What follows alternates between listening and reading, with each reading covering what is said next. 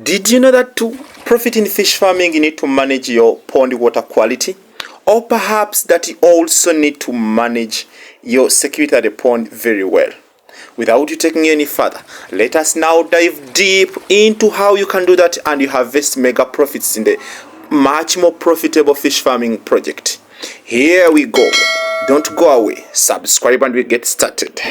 When you're doing fish farming, this wooden material that you constructed must have a door so that you can cross to prevent young kids from falling into this concrete pond, because it contains a lot of water and they are sure they can even fall in and fail, even if it's a somewhat a grown child, because it is slippery, because you fertilize the pond and there is having a lot of algae that is slippery, someone can drown it there. So you have to cross it.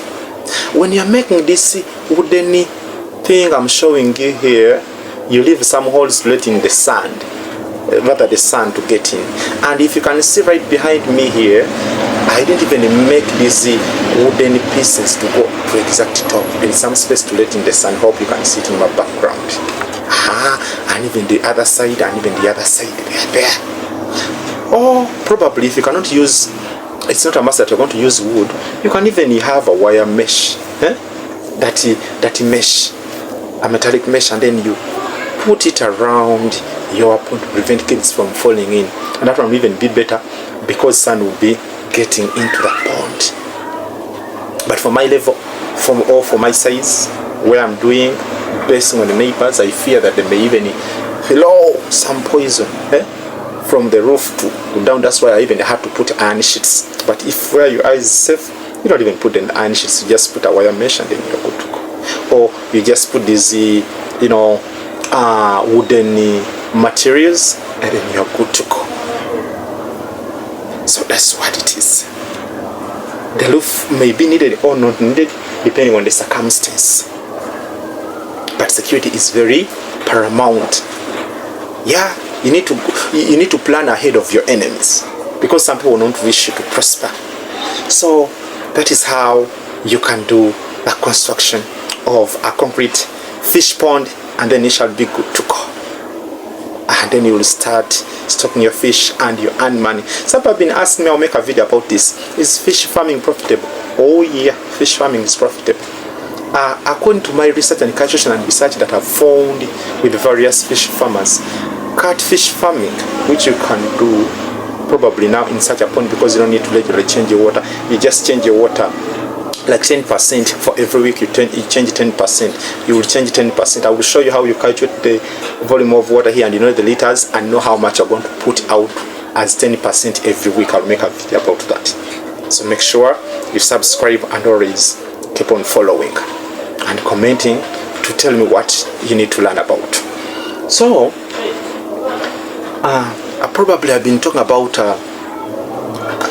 the volume of water. If you know that you put maybe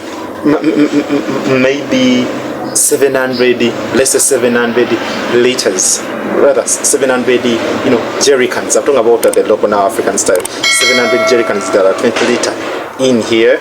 You now need to replace or replenish. You let out and then you replace 10% of that water, which is about now 70 jerry cans, 20 liter, like that. Or if in liters, you calculate the number of liters you have actually put as water, and then you know the 10% is what you replace every week. Or if you want to do 20%, if you want to replace every 2 weeks, you're maybe a bit busy, you replace it with the 20% of the water. So that's what it is. Thanks for following. Thanks for subscribing, and keep on doing that. For those of you who have not done, keep at the channel. You're going to learn a lot. This is the African farmer at Harvest Cash. We farm to harvest cash. We farm to transform lives. When you do fish farming, you're going to prosper. So when you're doing fish farming, don't mind about what discouraging people will tell you, because it is a new venture in Africa. To some people it is new. In West Africa it's a bit common, but now in East Africa and other parts of Africa it is new. Some people will say, the things cannot profit. Don't listen to their words. Stick on to your dream and pursue your venture. And perhaps if you're within Uganda and you want to do the venture, I'm here to give you the consultancy. I'm here to guide or even help you put up the same structure at yours and start farming. And my number is going to be running there below on the screen. So that is fish farming for you. It is profitable. How is it profitable? You can profit, and perhaps for a beginner, what I didn't tell you, it's better you do catfish farming. Why catfish farming as a beginner? You as a beginner need to do catfish farming because you only change 10% of the water per week. Yet with the tilapia, if you're to farm tilapia, the Nile tilapia or any other form of tilapia, the water must be circulating all the time, yeah? Which is a bit costly. You need to change water on a daily, which is a bit costly because some of our farmers don't have the shallow wells. But this one you can do it without even a shallow well. You can get these people who have those trucks that bring water to functions or bring water to schools to also bring you and stock you with water for the entire month.